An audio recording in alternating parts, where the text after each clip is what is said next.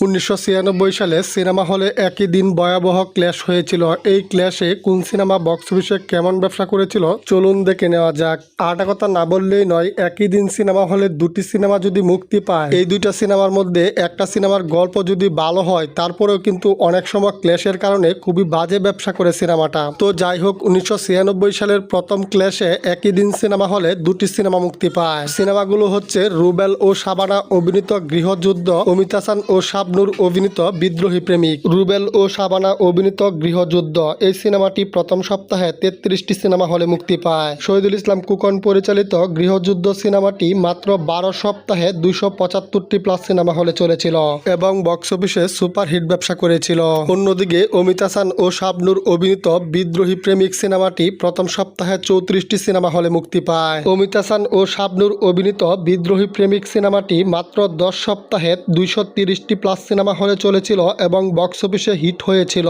1996 সালের প্রথম ক্ল্যাশে বিদ্রোহী প্রেমিক সিনেমার থেকে গৃহযুদ্ধ সিনেমাটি বক্স অফিসে একটু এগিয়েছিল।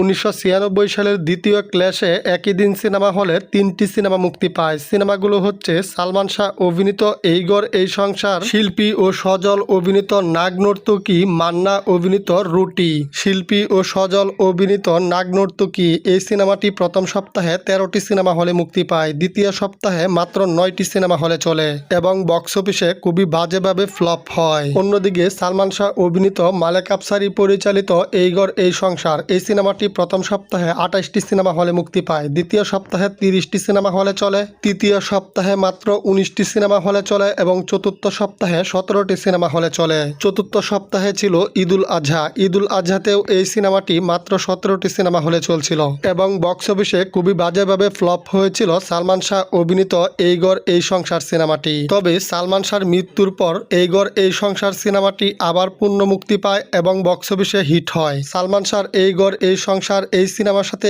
একই দিন মুক্তি পেয়েছিল মান্নার রুটি সিনেমাটি। রুটি সিনেমাটি প্রথম সপ্তাহে 35টি সিনেমা হলে মুক্তি পায়। নাদিম মাহমুদ পরিচালিত মান্না শাহনাজ অভিনীত রুটি সিনেমাটি টানা 6 মাসে 720টি প্লাস সিনেমা হলে চলেছিল।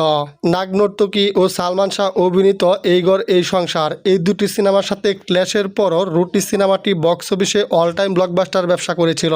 1996 সালের তৃতীয় ক্ল্যাশে একই দিন সিনেমা হলে দুটি সিনেমা মুক্তি পায়। সিনেমাগুলো হচ্ছে অমিত হাসান শাবনূর অভিনীত সৈনিক, গোল্ডেন স্টার ইলিয়াস কাঞ্চন অভিনীত অজানা শত্রু। এই দুটি সিনেমা একই দিন সিনেমা হলে ক্ল্যাশের পর অমিত হাসান ও শাবনূর অভিনীত সৈনিক সিনেমাটি বক্স অফিসে খুবই বাজেভাবে ফ্লপ হয়। অন্যদিকে গোল্ডেন স্টার ইলিয়াস কাঞ্চন অভিনীত অজানা শত্রু এই সিনেমাটি শাবনূর অভিনীত সৈনিক সিনেমার সাথে ক্ল্যাশের পর বক্স অফিসে হিট হয়। এই ক্ল্যাশে সৈনিক সিনেমার থেকে বক্স অফিসে এগিয়েছিল অজানা শত্রু সিনেমাটি।